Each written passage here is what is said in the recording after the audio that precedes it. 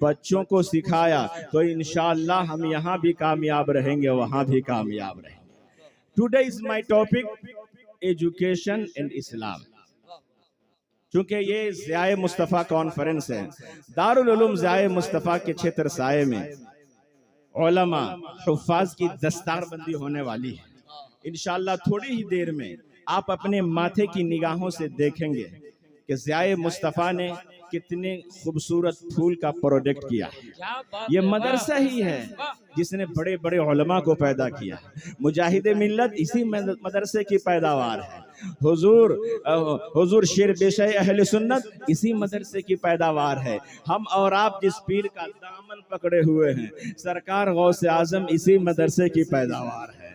اسی لیے آج ہمیں مدرسے کی اہمیت سمجھنا ہے، مدرسے کی تعلیم کی اہمیت کو سمجھنا ہے، علماء کے قریب ہونا ہے، مدرسے کے قریب ہونا ہے، مسجد کے قریب ہونا ہے، تب جا کر کے ہم کامیاب ہو سکتے ہیں۔ حالانکہ کامیابی کی سرٹیفکیٹ قرآن نے ہمیں دیا ہے، وَأَنْتُمُ الْأَعْلَوْنَ إِن كُنتُم مُؤْمِنِينَ۔ اگر سچے پکے مومن بن گئے تو جس طرح کامیابی تمہارے اگلوں کے لیے تھی، تمہارے لیے بھی کامیابی ہوگی، ہر جگہ کامیابی کا جھنڈا گاڑو گے۔ اس لیے میرے بھائیوں، آج ضروری ہے کہ ہم علم سے قریب ہو۔ قرآن میں اللہ نے ارشاد فرمایا، اقرأ read O my dear prophet. ہمارا سبق شروع ہوتا ہے پڑھنے سے، لیکن ہم پڑھنے سے بہت دور جا رہے ہیں، پڑھنے سے ہمارا مزاج بہت کم بن رہا ہے۔ علماء فرماتے ہیں کہ جو آدمی پڑھنا چھوڑ دیتا ہے وہ کند ذہن ہو جاتا ہے، جو کتابوں کا مطالعہ کرنا چھوڑ دیتا ہے وہ آدمی غبیو ذہن ہو جاتا ہے۔ اس لیے ہمیں پڑھنے سے قریب ہونا پڑے گا، ہمیں پڑھائی کرنی پڑے گی۔ آج ہم اور آپ پڑھنے سے بہت دور جا رہے ہیں، حالانکہ پیارے آقا علیہ السلام نے ارشاد فرمایا، العلم نور، ایجوکیشن از لائٹ۔ علم روشنی کا نام ہے، علم طاقت کا نام ہے۔ ہم طاقت سے بھی دور ہو رہے ہیں، ہم روشنی سے بھی دور ہو رہے ہیں۔ یہ تو ضیاء دارالعلوم ضیاء مصطفیٰ کی مہربانی ہے کہ انہوں نے اپنے اندر ایسے لال و گوہر کو پیدا کیا ہے جس کا حسین منظر انشاءاللہ آپ اپنی نگاہوں سے بھی دیکھیں گے۔ میرے بھائیوں، آج ضروری ہے کہ ہم پڑھنے سے قریب ہو، ہم پڑھائی سے قریب ہو، ہم قرآن سے قریب ہو، ہم حدیث سے قریب ہو۔ پیارے آقا علیہ السلام نے ہمیں سبق دیا ہے، اے میرے غلاموں سنو، اطلب العلم من المہد الی اللحد، کہ ماں کی گود سے قبر تک علم حاصل کرتے رہو۔ علم حاصل کرنے کے لیے کوئی عمر متعین نہیں ہے، ایسا نہیں ہے کہ علم حاصل کرنے کے لیے ہمیں عمر کا تعین کیا گیا نہیں۔ آج آپ اگر علم کے میدان میں اگر آپ جائزہ لیں، آپ چائنا کو دیکھیں، امریکہ کو دیکھیں،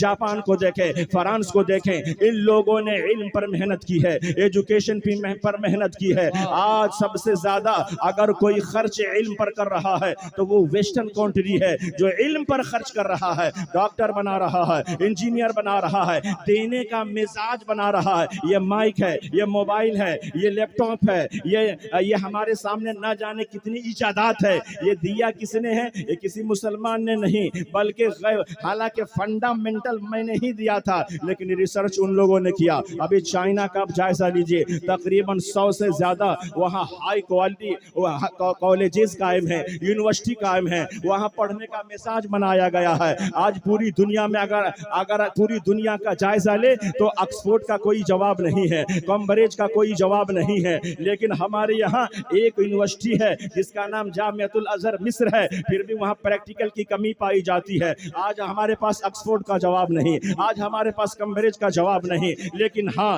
ایک بات میں آپ کو بتانا چاہتا ہوں، کوئی بھی کالج والا، کوئی بھی یونیورسٹی والا یہ دعویٰ نہیں کر سکتا ہے کہ each of my student is successful in future، کہ ہمارا ہر پڑھنے والا، ہمارا ہر طالب علم یہ مستقبل میں کامیاب ہو۔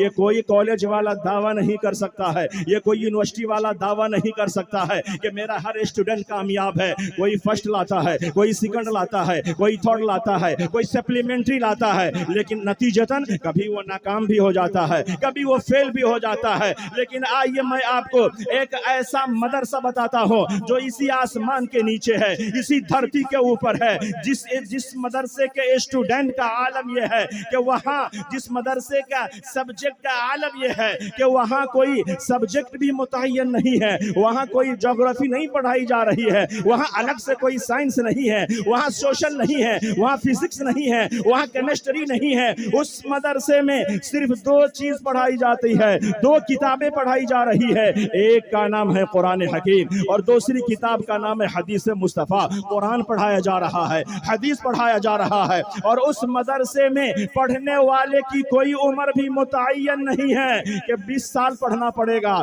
کہ 20 سالہ انسان پڑھے گا یا 15 سالہ انسان پڑھے گا، نہیں، پڑھنے والے کی بھی عمر متعین نہیں تو کوئی کورس متعین ہے، پڑھنے والے کی کوئی عمر متعین نہیں ہے۔ پڑھنے آ رہا ہے، کوئی 5 سال پڑھا، کوئی 10 سال پڑھا، کوئی 20 سال پڑھا، کوئی پڑھتے رہا، کوئی 1 منٹ کے لیے پڑھا، کوئی 5 منٹ کے لیے پڑھا، کوئی 10 منٹ کے لیے پڑھا، لیکن اس مدرسے میں پڑھنے والے کامیابی کے حوالے سے ہم اور آپ نے نہیں بلکہ پیارے مصطفیٰ صلی اللہ علیہ وسلم ارشاد فرماتے ہیں کہ میرا ہر اسٹوڈنٹ، میرا ہر طالب علم اتنا کامیاب ہے کہ میرے جس اسٹوڈنٹ کی تم پیروی کرو گے تو تم یہاں بھی کامیاب رہو گے، آخرت میں بھی کامیاب رہو گے۔ نعرہ تکبیر، نعرہ رسالت، عظمت مذہب اسلام۔